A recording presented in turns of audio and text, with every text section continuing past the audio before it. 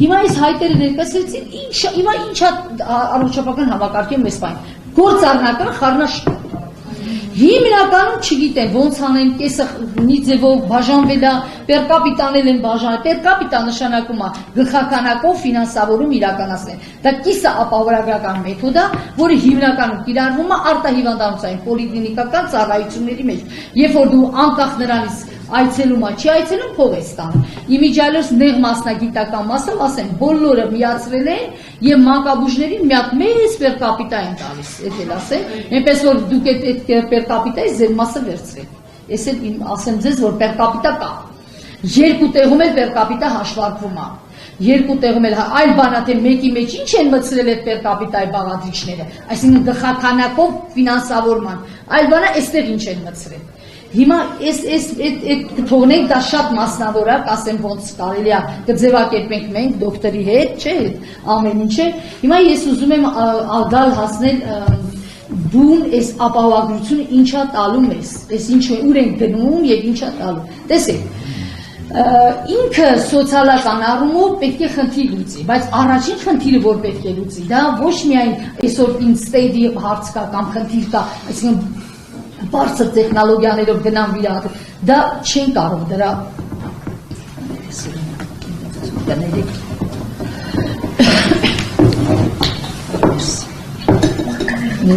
Շատ հուզական թեմա ենք իրականում քննարկում։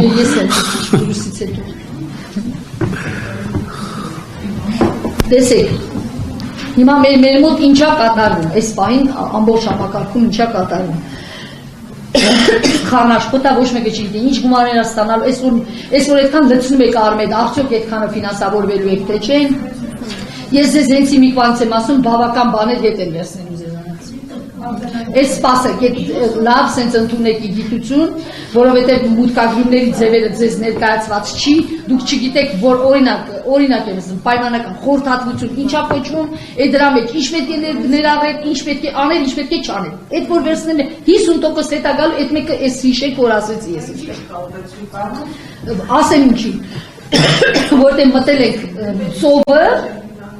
կիսա, պրատ, այսպես բանով էլի պատրաստությամբ, որտեղ ենթաօրենսդրական ակտերը չէին կարող լինել պատրաստ։ Ես չեմ պաշտպանում առողջապահության նախարարության, շատ հեռու եմ որևէ մեկին պաշտպանելուց, բայց մինչև չսկսել գործարկել, անհասկանալի կլներ, թե որն է ավելի ճիշտ անելը։ Դրա համար դուք շատ ակտիվ եք։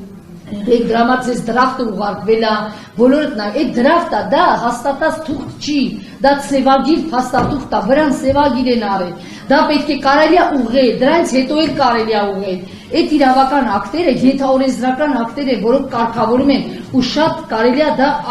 անընդհատ փոխել, անընդհատ։ Հավատացեք, որ դա անընդհատ փոխվելու է, որովհետև դուք պետք է հասկանաք, արդյոք այս ձևն է ճիշտ, թե այն ձև դուք չէ, ովքեր որ դա վերջում ամփոփելու են, անելու են։ Հիմա ես ինչի վրա եմ ուզում կասեմ, այս պահին ինչ կատարվում է, սա ապահովագրություն չի։ Բացատրեմ ինչու։ Որտեղ ապահովագրության ամենամեծ բաղադրիչներից մեկը կարևոր, օրինակ, պրոֆիլակտիկ բուժքնությունները ուժի մեջ է մտնում որպես պարտադիր պրոֆիլակտիկ բուժքնություն 2029 թվականին։ Հետևաբար մենք հասկանում ենք, որ մենք գտնվում ենք փորձաշրջանում, եւ այս փորձաշրջանում պետք է կարողանանք հնարավորինս լսելի դարձնել բոլոր խնդիրները։ Այսինքն, այս ինչ որ լինում է, սա շատ մեծ ուժ ունի։ Այս պետք է փոխել, վերափոխել, ասել որ մարդիկ փոխեք, սա ասենց չի լինի։ Ասենք նեղ մասնագետին թողել եք խորհրդատվության, նեղ մասնագետը վաղը կարող է օրինակ պայմանագրություն 20000 դրամ գումար է ստանում։ Մենք կորսելու ենք նեղ մասնագետներին եւ այլն։ Կամ այլ մեխանիզմներ ձևավորեք, էլի, այլ ձևով արեք։ Իսկ այս շատ է ուզում խոսել, որ բուժպրոֆքնությունները կարևոր են։ Հիմա ինչն է լավ։ Լավը շատ կարճ ժամանակի համար շատ լավ է։ Բազմաթիվ մարդիկ, ովքեր ունեն առողջական խնդիրներ, ովքեր ունեն ստենդավորման, վիրահատության, տարբեր այլ խնդիրներ, հիմա այս պահին շատ ակտիվ դիմում են, դուք գիտեք, որ հիվանդանոցներում ուղղակի մահճակալային ֆոնդը սպառված է, այսպես սպառվածության մակարդակի է հասել, եւ 65+ առավել ևս, որտեղ սա այն շահառուների խումբն է, որտեղ հիվանդության, առողջության հետ կապված խնդիրները բավականին հավաքագրվել են, հավաքել են, կա խնդիր, բայց ֆինանսական հասանելիություն չունեն։ Հիմա ֆինանսական հասանելիության հարցը լուծվել է եւ այսինքն այս փուլը, այսպես կարճատև գոհունակության փուլ է, բայց եթե այսպես շարունակվեց, սա պրավալ է, որտեղ առողջապահության մեջ ապահովագրությունը դա ասես կարճատև երկերի, կարճատև արդյունքների վրա երբեք չի կարելի հենվել։ Գուցե հիմա քաղաքական տենդենս կա, բան կա, մի քիչ այսպես այս ձևով արվում, բայց ինքը ապահովագրությունը պետք է երկարատև արդյունքների վրա հենված, այսինքն մահացության ցուցանիշ, առողջ ապրելու, այսպես ասած, ապրելակերպի բարելավում, հնարավորինս քիչ հիվանդանոցային դեպքեր, հնարավորինս քիչ։ Դուք երևի այստեղ շատերը աշխատել են մասնավոր ապահովագրական, կապավոր ապահովագրական սկզբում։ Հնարավորինս չէ, այդպես սեղմում են, որ քիչ, եւ դա շատ նորմալ է, դա ապահովագրության հիմքն է, ինքը պետք է ձեզ առողջ պահի, ձեզ պրոֆիլակտիկա անի, ձեզ, որպեսզի մենք չհասնենք ծանր միլիոնանոց հիվանդանոցային դեպքերի։ Սա է խնդիրը,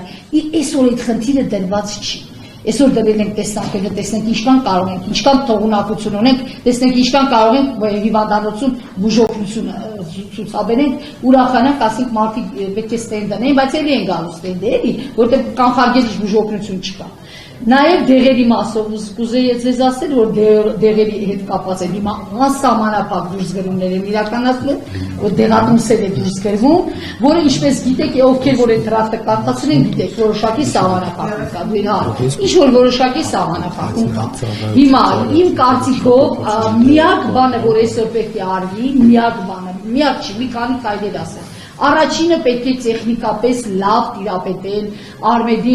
էլեկտրոնային համակարգին, անդադ ասել ինքը վատ աշխատում է, դրանից հարց չի լուծվելու։ Պետք է շատ լավ տիրապետել էլեկտրոնային, ասենք համակարգին, առաջինը բժշկի իր առաջ պետք է դա դնել, մեկ։ Երկրորդը ադմինիստրատորները պետք է բժիշկներին օգնող, լրացնող օպերատորները նշանակեն, ես ամբուլատոր օղակում եմ ասում, հիվանդանոցում հենց այդպես է։ Այդ է երկուս, որ պետք է արվի, երրորդը դուք հետևեք ձեր առաջին, երկրորդ, երրորդ ամսից հետո պետք է հստակ դրվի, թե ինչա ուզում առողջապահական հանրությունը։ Ասեմ ձեզ ինչի են տոկոսները իջացրել, որովհետև խնդիրը գնում է հետևյալ շատ քանակով վիրահատել, քիչ ամեն մեկից գումար տա։ Եվ վերջում կցանկանայի ասել, այս գների հետ կապված, ուրեմն գները բավականին լուրջ մասնագիտական խումբ աշխատել տարիներով 2019-ից սկսած այս գների վրա աշխատել են 2019-ից հիմա մի քիչ հումորով եմ ասելու խնդրում եմ ընդունեք որ սա հումոր եմ անում 2015 աշխատեցին, գրեցին, ուղղակի ծախսեր, անուղղակի ծախսեր, բանաձև հաստատեցին, ինչ-որ ինքնաշխատ մի հատ բան ստեղծեցին, որ դնենք մեջը թվերը ինքը հաշվեցին, եկան հասան բյուջեի հնարավորություններին։ Սա ֆիսկալ հատվածի հնարավորությունները այնքան քիչ է, որ նորից պետ պատվերի պատմությունը կրկնվեց։ Դեպքերի թիվը բաժանեցին ընդհանուր փողի վրա, ստացան դա։ Այսինքն այն ինչ որ ես իմ իմանալով,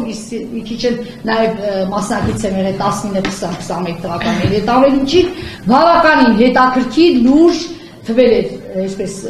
գներ էին դառնում, այդ չստացվեց։ Մենք ֆիսկալ հատվածում այդ հնարավորությունը չունենք։ Կարծում եմ, այն ժամանակ, երբ որ հիմիկվա թվերը անցած տարի պետական պատվերը 165 միլիարդ է, բոլորով, հանրայինով, մյուսով, մի 15 միլիարդը հանեք, 150 միլիարդ պետական պատվերի վրա է։ Այս տարի հաստատել են 211 միլիարդ դրամ, որից զուտ պետական պատվերը եւ բանների ապահովություն։ Այսինքն բժշկական օգնություն, այսինքն մեզ եկող փողը, հիվանդանոց պոլիկլինիկա եկող փողը 197 միլիարդ է, 197 միլիարդ է, 55-54 միլիարդեր հավաքելու են ապահովագրավճար։ Այսինքն իրար հետ 252-ը սա քիչ է։ Այսպիսի մի հատ բան կա, հնարի առնվազն 4.5% պետք է լինի, որպեսզի սկսենք խոսել ապահովագրությունից։ Այսինքն կա ընդհանուր